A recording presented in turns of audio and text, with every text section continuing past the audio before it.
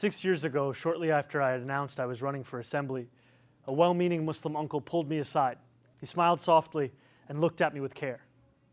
In a quiet voice, he told me I did not have to tell people I was Muslim.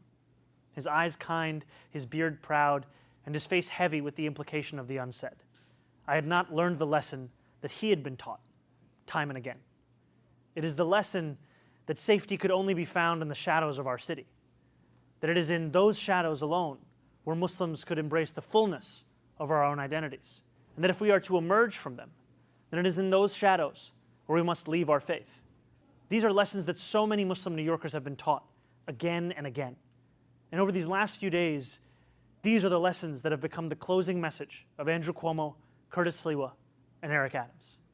Yesterday, Andrew Cuomo laughed and agreed when a radio show host said that I would cheer another 9/11. Yesterday, Eric Adams said that we can't let our city become Europe. He compared me to violent extremists, and he lied when he said that our movement seeks to burn churches and destroy communities. The day before that, Curtis Sliwa slandered me from a debate stage when he claimed that I supported global jihad. And every day, Super PAC ads imply that I am a terrorist or mock the way I eat. Push polls that ask New Yorkers questions like whether they support invented proposals to make halal mandatory, or political cartoons that represent my candidacy as an airplane hurtling towards the World Trade Center. But I do not want to use this moment to speak to them any further. I want to use this moment to speak to the Muslims of this city. I want to speak to the memory of my aunt, who stopped taking the subway after September 11th because she did not feel safe in her hijab. I want to speak to the Muslim city worker, whether they teach in our schools or walk the beat for the NYPD. New Yorkers who all make daily sacrifices on behalf of this city only to see their leaders spit in their face.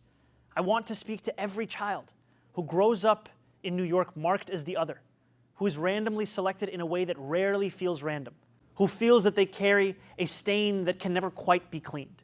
Growing up in the shadow of 9/11, I have known what it means to live with an undercurrent of suspicion. I will always remember the disdain I faced, the way my name could immediately become Muhammad, and how I could return to my city only to be asked in a double-mirrored room at the airport if I had any plan of attacking it. And since I was very young, I have known that I was spared the worst of it. I was never pressured to be an informant like a classmate of mine. I have never had the word terrorist spray painted on my garage as one of my staff had to endure. My mosque has never been set on fire. To be Muslim in New York is to expect indignity. But indignity does not make us distinct. There are many New Yorkers who face it. It is the tolerance of that indignity that does. Since I announced my candidacy for mayor 1 year ago yesterday, I've sought to be the candidate fighting for everyday New Yorkers, not simply the Muslim candidate. I've carried these indignities with me each moment of this race, doing so all the while as the first major Muslim candidate for mayor in New York City history. I thought that if I could build a campaign of universality, I could define myself as the leader I aspire to be, one representing every New Yorker, no matter their skin color or religion. I thought if I worked hard enough, it would allow me to be that leader. And I thought that if I behaved well enough or bit my tongue enough in the face of racist, baseless attacks while returning back to my central message, it would allow me to be more than just my faith. I was wrong. No amount of redirection is ever enough. In doing this, I have told the wide-eyed young boy in Jackson Heights or the first-time voter in Parkchester that they too should remain in the shadows. I am becoming that same uncle who took me aside. No more.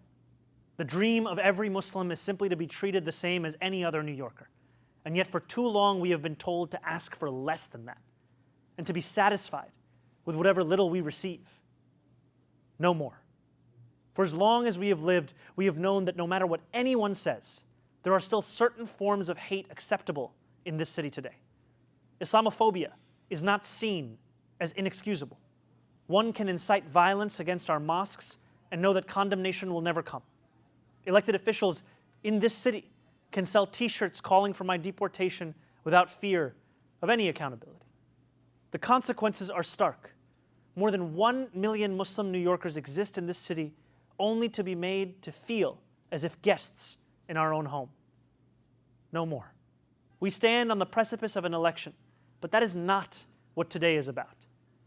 We know that in less than 2 weeks, we will say goodbye to a disgraced former governor and our current indicted mayor.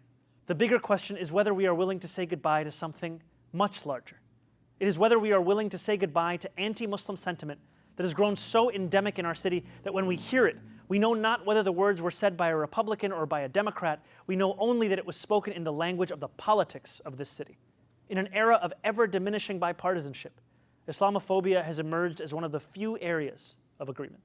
And while I appreciate all who have rushed to my defense over the past 2 days, I think of those Muslims in this city who do not have the luxury of being the Democratic nominee, who do not have the luxury of being deemed worthy of solidarity. While my opponents in this race have brought this hatred to the forefront, this is just a glimpse into what so many Muslims have had to endure every day across the 5 boroughs that we call home. And while it would be easy to say that this is not who we are as a city, we know the truth. This is who we have allowed ourselves to become. A question lies before each of us. Will we continue to accept a narrow definition of what it means to be a New Yorker that makes smaller the number of those guaranteed a life of dignity? Will we remain in the shadows, or will we together step into the light? There are 11 days remaining until Election Day. I will be a Muslim man in New York City each of those 11 days, and every day that follows after that. I will not change who I am. I will not change how I eat. I will not change the faith that I am proud to belong to. But there is one thing I will change. I will no longer look for myself in the shadows. I will find myself in the light. Thank you.